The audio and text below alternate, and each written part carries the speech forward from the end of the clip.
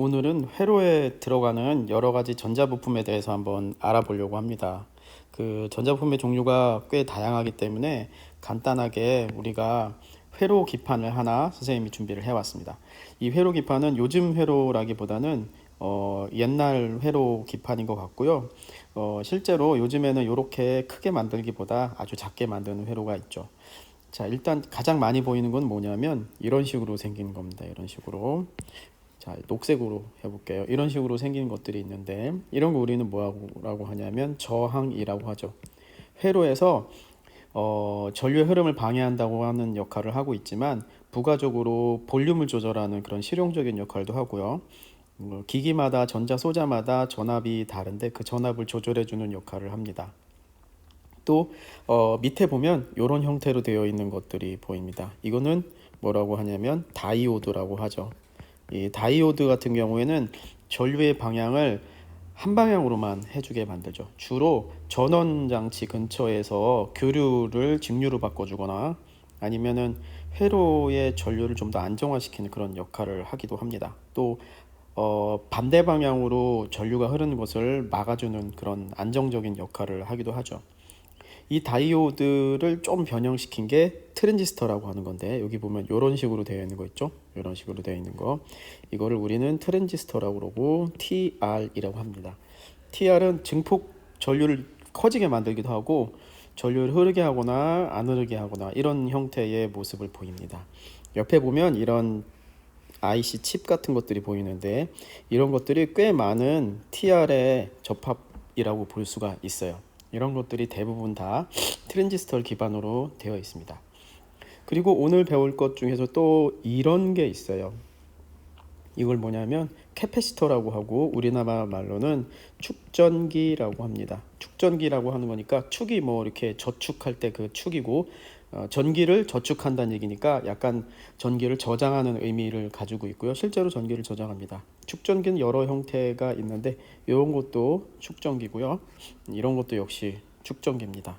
역시 이런 여러 가지 회로들이 이런 회로와의 여러 가지 부품들이 접합되어 있는 것을 우리는 많이 관찰할 수 있고요. 이번 시간 이걸 배우고 나서 그 회로들의 각각 그 부품들이 어떤 역할을 하는지 좀 알아보도록 하죠. 먼저 다이오드를 알아보도록 하겠습니다. 다이오드는 어떻게 생겼냐면 이런 형태로 생겼습니다. 이렇게 생긴 거인데요. 플러스 마이너스를 표시하기 위해서 띠가 있습니다. 얘를 다이오드라고 하고요. 얘는 사실 물리1에서 배웠죠. 다이오드는 P형 반도체와 N형 반도체를 접합해서 만들어지죠. 여기가 P형 반도체고 여기가 N형 반도체라면 P형 반도체는 양공이라고 하는 게 있고 그리고 N형 반도체는 전자가 이렇게 남죠. 그래가지고 얘를 전압을 걸어주는데 P형 반도체에다가 플러스를 걸어주고 플러스 전기를 걸어주고 N형 반도체에다가 마이너스 전기를 걸어주는 이런 상황을 순방향이라고 하는데요. 순방향으로 전압을 걸어주면 양공은 플러스가 서로 밀리니까 접합면 쪽으로 다가가고 전자도 역시 뒤쪽에 있는 마이너스에 의해서 밀려서 이렇게 이동하게 됩니다. 그래서 접합면에서 전자와 양공이 서로 결합하면서 전류가 흐르게 되는 상황이죠. 그래서 순방향에는 P형을 플러스에다 연결한다고 그래가지고 물리1 시간에 P풀 뭐 이런 식으로 잘 외우자 이렇게 얘기를 했었어요. 기억해주면 좋겠습니다. P풀. 역방향으로 했을 때도 같이 알아볼게요.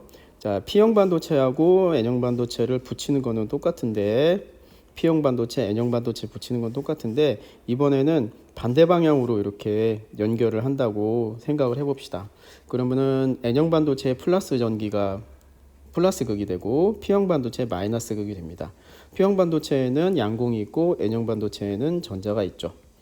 이럴 경우에 전자는 N형 반도체에 있는 전자는 플러스 극 쪽으로 이런 식으로 멀어질 거고요. 그리고 P형 반도체에 있는 양공도 역시 마이너스 극 쪽으로 멀어지기 때문에 접합면에는 사실 아무것도 남지 않게 됩니다. 그러면 그 상황에서는 결국에는 전류가 흐르지 않죠. 이런 것을 역방향이라고 합니다. 역방향. 역방향으로 다이오드를 연결할 경우에는 전류를 차단하는 효과가 있죠. 그러면 두 번째로 트랜지스터로 넘어가도록 하겠습니다.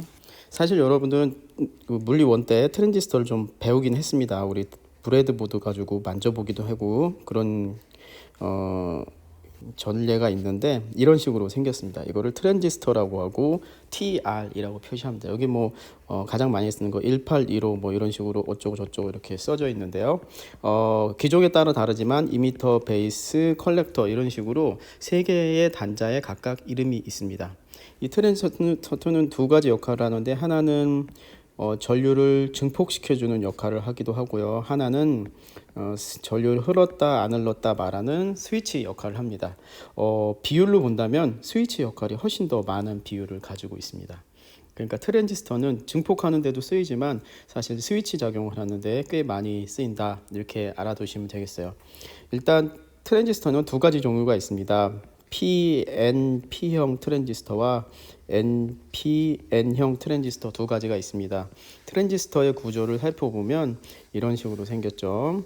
가운데에 아주 얇은 이렇게 막이 있고요. 여기에 이런 식으로 전류를 걸어주고 여기는 더 센 전류를 이렇게 전압을 걸어줍니다. 그리고 가운데 이렇게 단자가 3개가 있습니다. 여기를 이미터라고 하고요. 여기를 베이스, 여기를 컬렉터라고 합니다. P형 같은 경우에는 P형에 이렇게 양공이 있을 거고요. 전자가 있을 겁니다. 그리고 여기는 또 역시 P형이니까 양공이 있을 겁니다.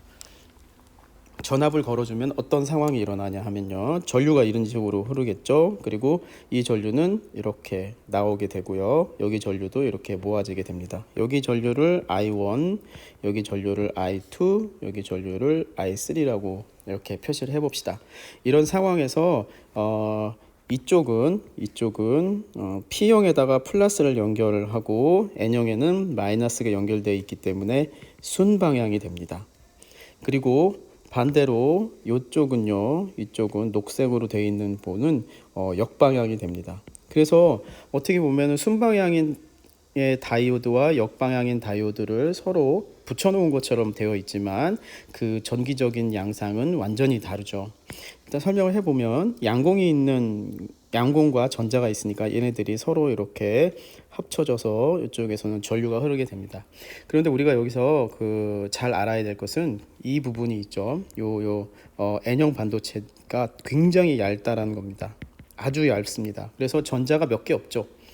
이 전자를 차지하려고 P형 반도체에 있는 수많은 양공들이 달려들게 됩니다. 그리고 이 전자를 차지하지 못한 그런 양공들이 결국에는 어디로 가냐면 이쪽 방향으로 넘어가게 됩니다. 이런 식으로 일부는 미트액 방향 쪽으로 흘러서 베이스 쪽으로 나가지만 나머지 일부의 전류는 컬렉터 쪽으로 넘어가게 되죠. 그래서 이미터에서 나오는 베이스의 전류에 비해서 컬렉터의 전류가 어마어마하게 많아집니다.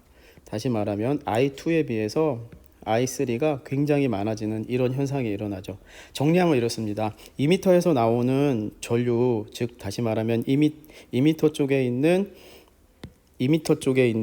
P형 반도체에 있는 양공이 N형 반도체에 있는 전자와 일부분만 만나고 여기서 걸려진 이 전기장 때문에 가속 운동을 하던 양공들이 결국에는 베이스에 있는 마이너스 전자하고는 일부만 결합하고 나머지는 P 쪽으로 반대편에 있는 컬렉터에 있는 P형 반도체 쪽으로 넘어가게 되죠. 이 P형 반도체 쪽으로 넘어간 이 전류는 반대쪽에 마이너스 전압이 걸리기 때문에 이쪽으로 컬렉터 쪽으로 전류가 흐르게 됩니다. 그래서 결국에는 베이스 쪽에 흐르는 전류 I2와 컬렉터 쪽으로 전류 흐르는 I3를 비교해 보면 I2는 굉장히 작은 전류가 흐르게 되고요. 컬렉터 쪽에 I3는 많은 전류가 흐르게 됩니다. 그래서 I2와 I3를 비교하면 이게 증폭작용을 한다, 뭐 이렇게 얘기할 수 있습니다. 실제로도요. 이쪽에다가 노란색으로 표시하겠습니다. 이쪽에다가 이렇게 만들어 가지고 마이크를 연결을 하고요. 마이크 이렇게 노래를 부르는 뭐 이렇게 마이크를 연결하고 또 이쪽에다 이렇게 연결해 가지고 이렇게 연결을 해서 스피커를 연결하는 그런 경우를 생각해 봅시다. 여기서 마이크로 살짝 속삭이면 전류가 I2 정도의 전류가 흐르게 되는 상황이죠. 그러면 여기서 굉장히 큰 소리로 왁 하고 소리가 나는 겁니다. 이런 식으로 되는 과정이 우리는 증폭작용이라고 하잖아요. 결국에는 이렇게 많이 I3가 흐르게 된다는 거죠. 그게 이제 트랜지스터의 증폭작용이 하는 역할입니다. 스위치 작용도 비슷합니다. 여기에서 베이스에 있는 그 전류의 크기를 조절해 가면서 전류를 굉장히 작게 흐르도록 만들면 아예 베이스 쪽으로 전류가 안 흐르게 만들 뿐만 아니라 컬렉터 쪽으로도 전류가 안 흐르게 만들 수 있습니다. 그래서 베이스 쪽의 전류를 살짝만 조절을 하면 컬렉터 쪽으로 아예 전류가 안 흐르게 만들고, 또 베이스 쪽을 살짝 조절해서 컬렉터 쪽으로 전류가 왕창 흐르게 만들 수 있습니다. 그래서 전류가 흐르고 안 흐르고를 기계적인 스위치가 아니라 전기적인 스위치로 만들어 놓는 거죠. 그런 것들을 스위치 작용이라고 합니다. 자, 그러면 이 PNP형도 했으니까 NPN형도 같이 한번 알아보겠습니다. 원리는 똑같으니까 그냥 그림만 우리가 살펴보고 하면 좋을 것 같아요. NPN형이고요. 이런 식으로 역시 전압의 방향이 반대입니다. 이런 식으로 되어 있고요. 역시 이렇게 되어 있습니다. 역시 이쪽이 이미터고요. 이쪽이 베이스고 이쪽이 컬렉터입니다. 얘는 전압이 반대로 걸리게 되겠죠. 얘는 마이너스가 걸리고 여기는 플러스가 걸립니다. 자, 그러면 N형에 플러스가 걸리니까 이것은 역시 역방향이 되고, 여기 마이너스가 걸리니까 여기는 순방향이 되겠죠. 역시 여기가 순방향이고요. 여기는 역방향이 걸리게 됩니다. 전류는 어떤 방식으로 흐르게 되냐면 여기서 전류가 이렇게 와서 이쪽 방향으로 흐르고요. 일부 전류가 여기서 이런 식으로 들어오게 됩니다. 그리고 여기는 왕창 전류가 흐르는 이런 상황이 되죠. 그래서 여기서도 우리가 여기 이 전류를 예를 들어서 여기 I1이라고 하고 들어가는 전류를 I2, 여기 들어가는 전류를 I3라고 한다면 I2하고 I1하고 I2를 비교해 보면 I1하고 I2를 비교해 보면 I1이 엄청 더 크게 되는 그런 상황이 있습니다. PNP와 NPN형의 그 트랜지스터는 용도에 따라서 그렇게 쓰는 거지 특별히 기능이 차이가 나거나 그러진 않아요. 우리는 PNP형을 기준으로 좀 알아둘 필요가 있고요. NPN형을 PNP형과 반대 방향으로 전류가 흐른다라고 하면 그 정도로 알아두시면 되겠습니다. 대신 NPN형의 이 N형에는 전자가 있기 때문에 이 전자 이동으로 설명을 하고요. 전자가 있으니 이 전자 이동을 설명하고, P형에는 아주 작은 양이지만 양공이 있습니다.